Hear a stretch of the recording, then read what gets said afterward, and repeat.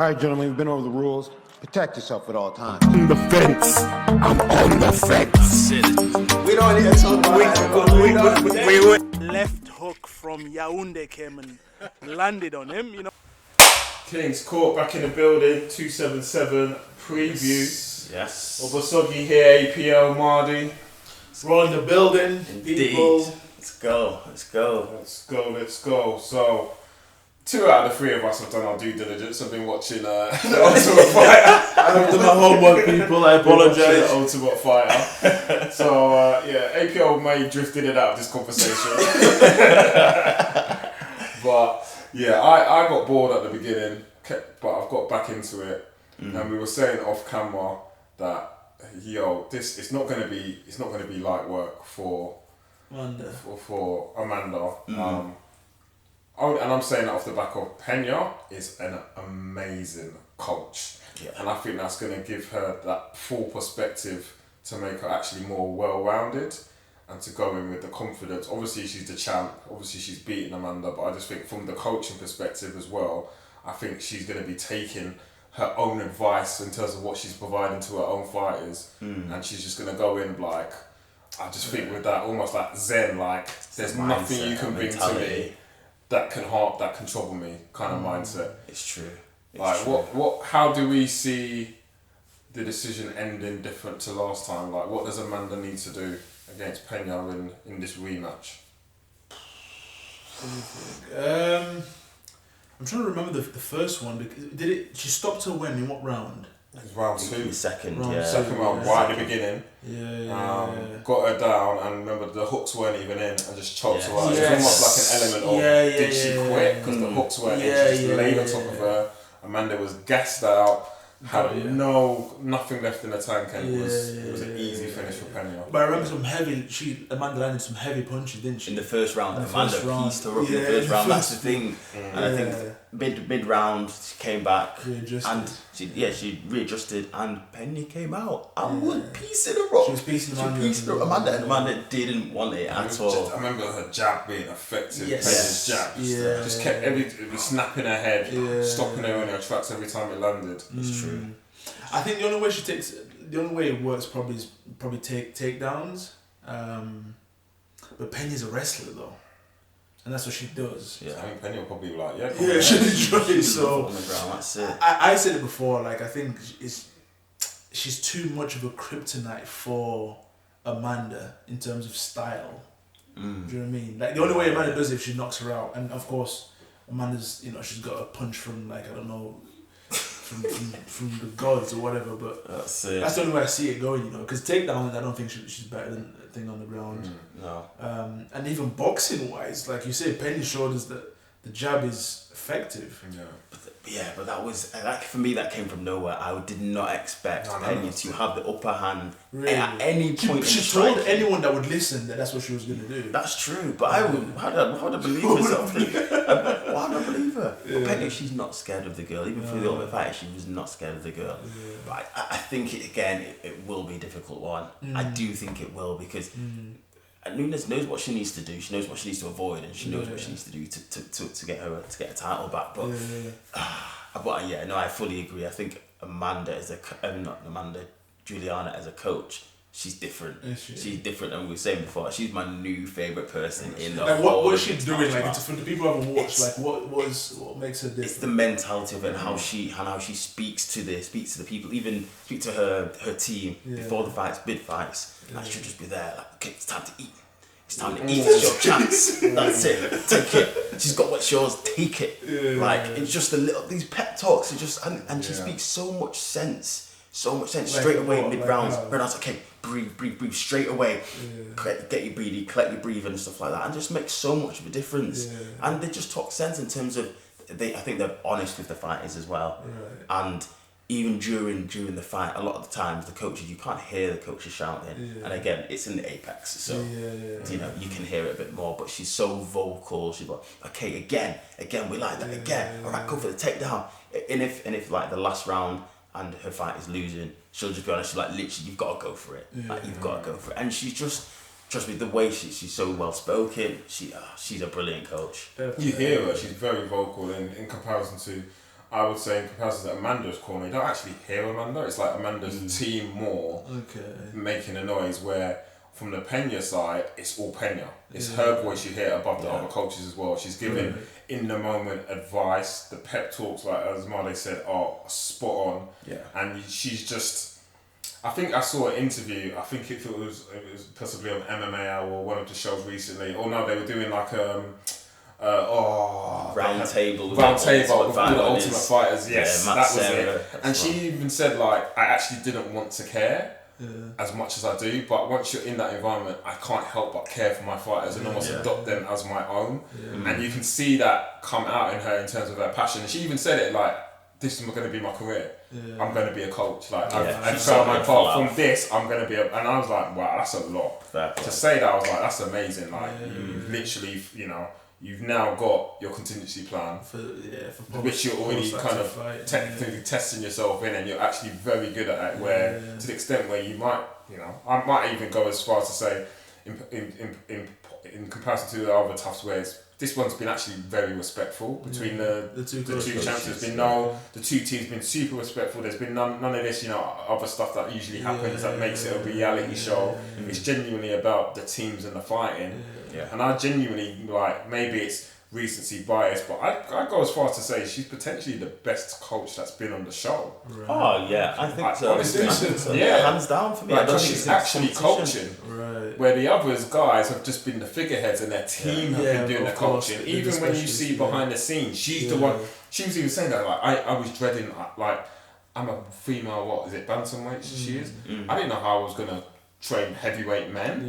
And she went, but she goes, when I'm in there with them and they're getting hands on, they respect that. Like, I'm like, literally, and you see it, she's so hands on with it. That's what I'm thinking, like, she's gonna go into the Amanda fight going, yeah, I can beat up heavyweights.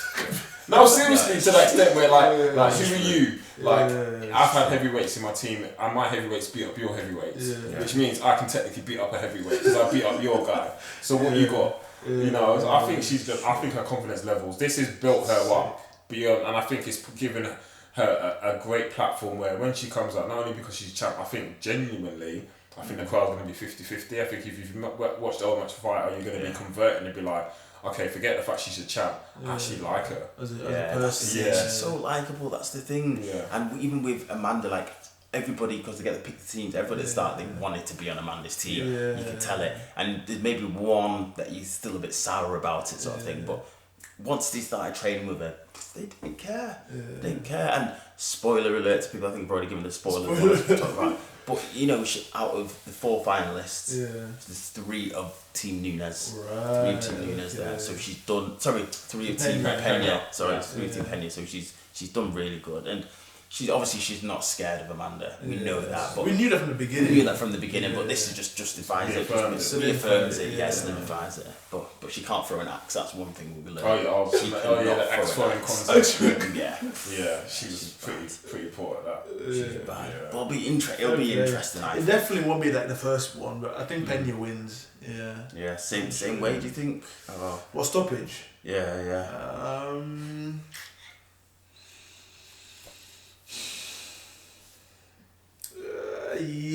I'd go stoppage as well. There's a lot of noise to that there was stuff happening with Amanda. I get that. I can believe a lot of stuff apparently. I can believe that. Hence why she had no cardio, which tells me she was probably injured and hadn't trained the last 3 or 4 weeks. She had no cardio. She gassed out. Even Penny was saying that she was just like, she wasn't training and stuff like that. I can believe that. So is that personal issues or is that just ego? Was that injuries? Is that? And that's what I mean. I think it's injured. No, with Amanda, I don't think Amanda's. I think Amanda's always been a professional. Yeah. So she's made sure that hasn't come out. To the world, she's kept that quiet. So I think I've just heard there was stuff, but you don't need to know. This stuff won't be here for the rematch. Yeah. So whether that was injuries or personal issues or combination of both, there was something. Which makes sense because the Amanda we know wasn't in the ring that night. But the way she was beaten though weren't technical deficiencies. Do you know what I mean? Like, it wasn't like she was slower or she wasn't as strong. Yeah, For example, the jab would just kept landing. Oh, 100%, but her cardio wasn't there. Like, for her to just lie down in the middle of the ring in round 2, that's not Amanda. That is not what is that again from the punches? Is that from the punches? Because if you take so many, True, and she hasn't been hit for a while. Let's be honest, Amanda's just dominated people the way she's wanted. So it could be a combination of that. I genuinely would like to see a better fight than the first one. I think I thought it was quite exciting, the first one. Yeah, the first one was pretty. It ended in the second round though. Yeah, I mean, a lot happened up to that point. It was crazy. Yeah. I want to see more of it. So Fair play. Yeah, I'm excited by it. I think it'll be good. It's hard to call. I don't know, but It's actually, I hard to might call. be leaning Pena. For me, I can see in my head Amanda's coming out and just destroying as she does. But just from the technical side and the coaching side, I think Pena has a big chance. And I think that's what Pena's expecting. If you're Team Pena, what are you expecting? Amanda to come out like a train to just like literally like overpower us, bulldoze us, slam us down, ground and pound, finish. What do you need to do in the first round? Either, and she did a very good job of, again, the dirty boxing. She was getting in close.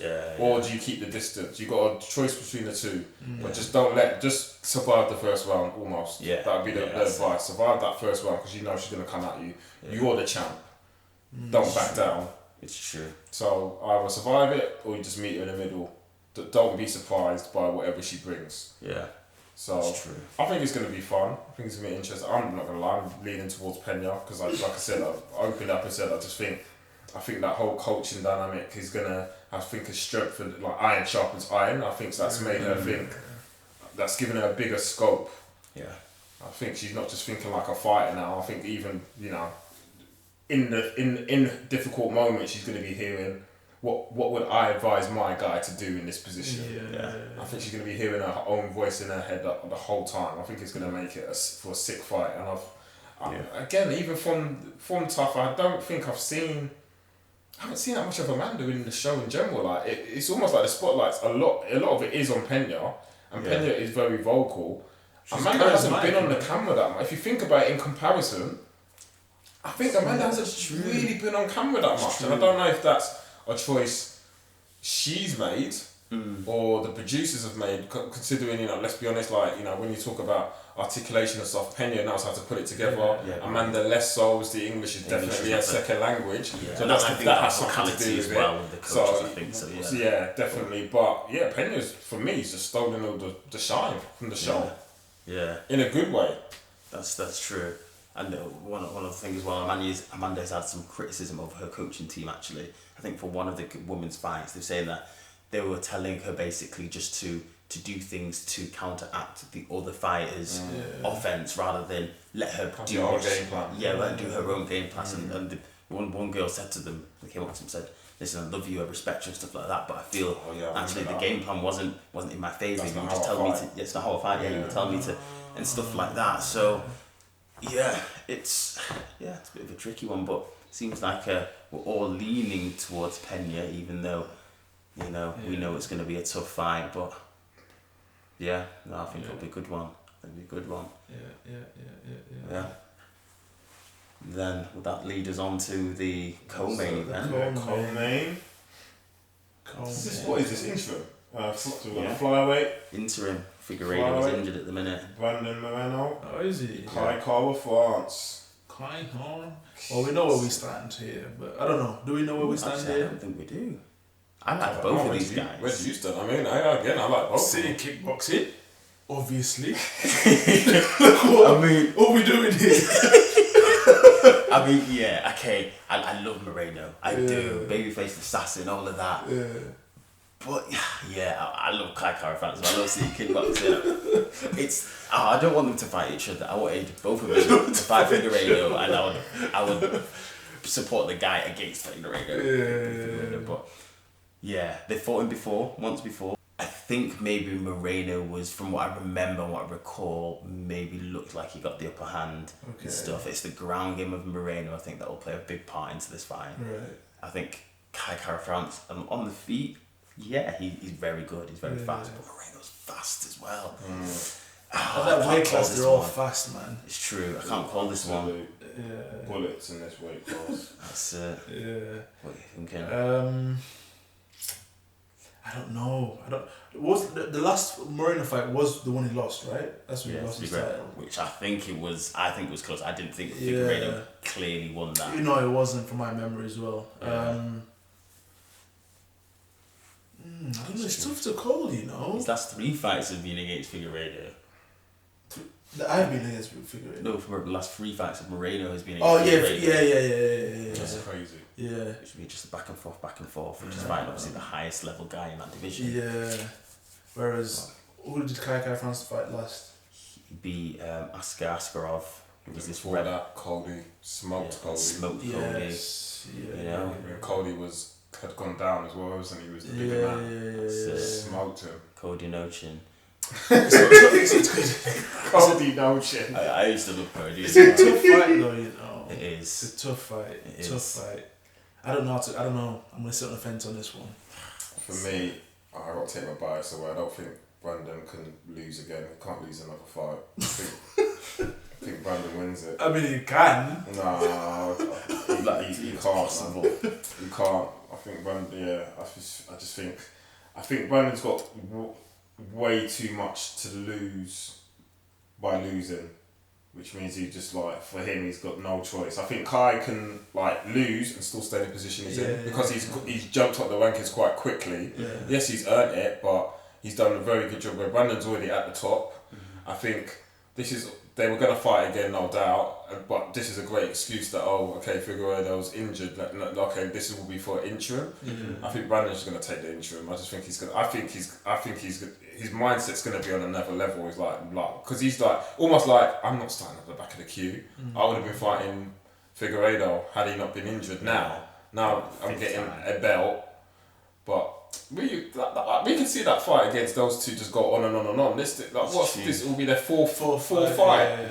He's not losing the opportunity to get his hands on him again. For me, I think that with that mentality, I like them both. I'm looking at the records just for example, and I'm like, Brandon's lost 6, 119 lost 6, but then Kai's 124 lost 9. I'm like, you've lost 9, and you're about to. Usually, let's be honest, interim short world title, you ain't got 9 defeats on your record. It's true, but I think I know it's in that division as well. I know, but And 2 of them are against. Is it 2 or 1 against Figueiredo? One against Figueiredo. Yeah. For me, it's Brandon. I think just based on mentality. Again, you said they're both fast. I just think Brandon's got more tools to finish it. I think Kai's great. Like them both. Yeah. I just think Brandon's mentality is going to be on a different level. I'm not starting at the back of the queue. You can stay where you are. You'll get another crack when us two fight again, maybe. Yeah. But I ain't letting this one slip. I just think he's got to be clinical with it. He's got to just get the job done, get that interim, and then line up that 4th fight. Yeah. So it's definitely 4th, is it not 5th? I think it's 4th. No, it's 4th. It's 4th. It's Yeah. 4th. The 4 3 times. Yeah. 4 3 times. That's what for me gives Brandon the edge. Yeah. Where he's just so close. Yeah, he's already there. He's got to convert. Mindset of these CKB boys. I mean, the game. Of course, their game plan's got their game plan's going to be telling. It's going to be interesting, but also based on Izzy's last performances, is it? Because Izzy hasn't. I get the sense he's taking the money, bro. I think he's reached the level of Floyd Mayweather. He's just taking the money. Nah, I think he's beating these guys. He's beating them, but I think he really does want to finish them, and he does. Does he want to entertain though, like he used to? Of course he does. I mean, all the talking, all the showcasing. I mean, all the casuals, them like we were saying that was poor last week. I wouldn't say against Cannonier it was poor, because when you rewatch it, I was like, actually, it was a clinic. Yeah, it was a clinic. It was a clinic, and it was a clinic with his bloody jab, basically. But I don't know, when you're getting paid $2 million. He's doing what he needs to. There's an element of me where it's like you're winning, but you're winning playing safe. Yeah, he's that's what I'm saying. Floyd Mayweather's just chilling. It's like Kamaru. When you watch Kamaru, you know he's going in there to decapitate. Yeah, exactly. Take heads off. That's heads true. off. Izzy's not doing Izzy, that. he's just chilling. He's in his. He's almost like I can win without getting out of second, third gear. Yeah, which I respect, by the way. Exactly, and that shows how good he is above the rest. But if you've got 2 or 3 more gears, for the sake of entertainment, and he's saying, "Oh yeah, everybody said that about GSP and Anderson at the end of the day that they were boring and blah blah." Yeah, but they were boring. Yeah, but people said Floyd was boring. Yeah, exactly. And people say John Jones is boring. You know what I mean? No, you say John Jones. No. Even I don't say John Jones is boring. The last 4 fights of John Jones. I mean, they were controversial because they were closer than him at his peak. People said Khabib was boring. Yeah, I think Khabib was boring. I think his last fights were good. Last fights were better, but a lot of the time, some of his early fights in the UFC were boring. Like I just think whenever someone's so far better than everyone else, they're often boring. But the thing is with Izzy, if you actually look Finny at wasn't the ways, boring though. Look at what's his face. How many title defenses did he have? Dimitri Johnson. I never thought he was boring. People thought he was boring. Yeah, people thought he was boring. Yeah. Unfortunately, he could only beat what was in front of him, and the names weren't maybe the biggest names towards the end. Yeah. But in flyweight, he was. I thought he was fantastic. I thought he was sick. Yeah, I thought he was sick. He was absolutely funny. I think his style was amazing. Yeah, but I was thinking, if you actually look at Izzy's fights where he knocks people out, he doesn't fight anymore. He doesn't take even that many more risks. It's like more defense than he is. It's the opponent that takes more risks. Exactly, that's it. Robert Whittaker, he took more risks. Paulo Costa, he took more risks. That's it. And it's the Romero, the distance they don't want to go in. Exactly. They don't want to go in. Yeah, then what's that Italian don? What's his name? Vittori. They don't want to go in. And I think even Vittori, is just so much of a meathead. So some of the shots that Izzy was hitting with would have knocked other people out. But Vittori, proper meathead. But even I think it'd be interesting to see their game plan for this for sure. But it doesn't. I don't think Kai doesn't mark me as a kind of guy who has an ego. It's like I'm gonna go and do what I want. I think he'll stick with whatever the game plan is for sure. 100%. I just think Brandon's mentality is going to be the difference between like Kai taking it, and obviously it's his opportunity to get gold, and I get it. It's his first chance, and that might give him a spark and a hunger that I'm not foreseeing, but I just think Brandon's going to be like, nah, not on my watch, little man. I know they're both little men, but not on my watch, little. So I'm going with Brandon. I think he's going to do it. He's going to get an interim and then set up the quadruple.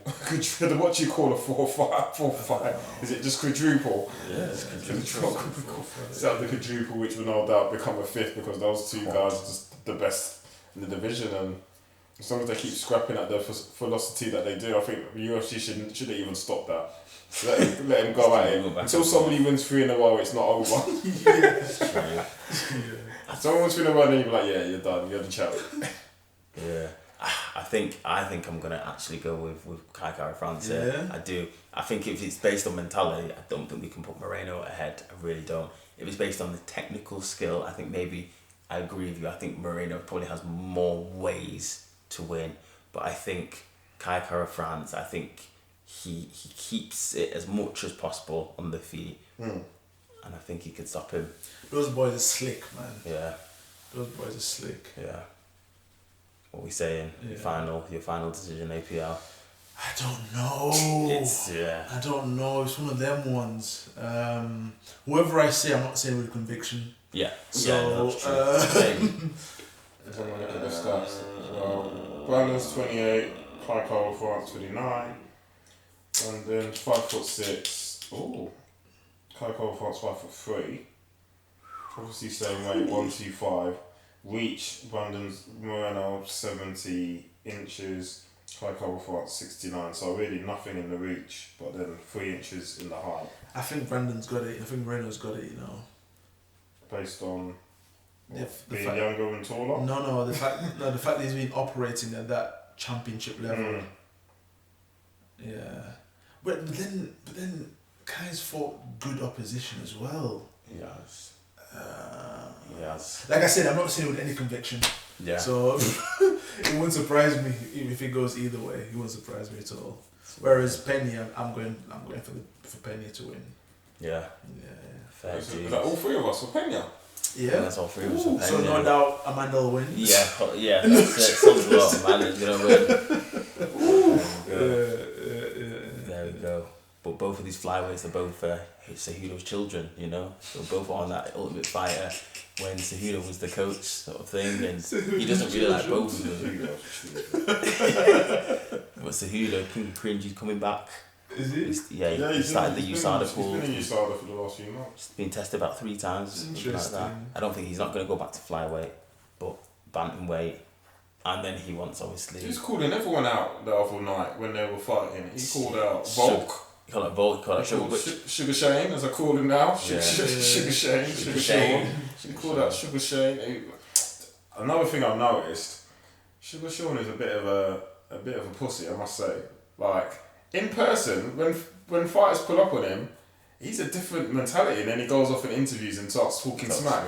He's shook in person. I think I've seen it twice in the last couple of weeks. I can't remember who. I know it was definitely Cejudo. Somebody else did the same thing. Pulled up on him, and he was like, "Oh no," he was leaving the PI, and then Tony Ferguson walked past him, said something.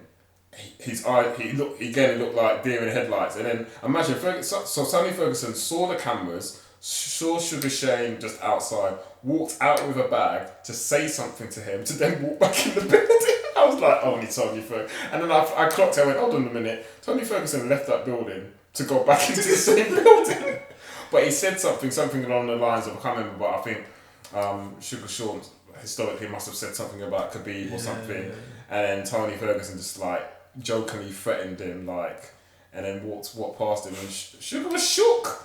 And then walked by, and he was shook again, even with Henry Cejudo. Like when Henry was talking all the smack, and I think Laura Sanko was interviewing, Caroline Pierce was interviewing him. Didn't really talk that much smack. He was just like, what's this guy talking? That guy's joking. Nobody takes it seriously. But then he got to the press conference and he's talking all the smack again. I'm like, nah, you're one of those. You're one of those where he's like, oh, in the moment you don't know some what people to aren't about it, you know. He's not about it at all. Like that. So.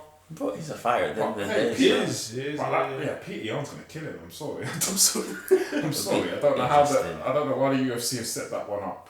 Yeah, it'll be interesting. I think it's come too soon. It's way too soon. He's gonna get cooked. Continue to do it, but he's gonna get slow roasted. Pete Young is gonna smoke him. But if the opportunity arises, yeah, man. You know, get smoked. So for me, I'll just be like, yo, not yet. Give me another 2 or 3 fights. That's true. Okay. Well, cool. We'll see. That's it. So we have it, people. We're all for Pena. Good luck. Yeah. And then we are a split. What did you got? Are you CK? Oh, you're both CKB. No, I think he's Moreno. No, I'm Moreno. Oh, Moreno. Yeah. Okay. So after his, who we backing? Without conviction, yeah. After who we backing? After who we backing? About the CKB. Yeah. I am backing CKB. Cool. That is UFC 277. We'll take that. Awesome. Looking forward to it. Let's go. That's it. Alright. It's King's Court UFC 277 main event and co-main event preview. That's it. Titles. We out. Laters. All right, gentlemen, we've been over the rules. Protect yourself at all times. On the fence. I'm on the fence. We don't need to talk about Left hook from Yaoundé came and landed on him, you know, so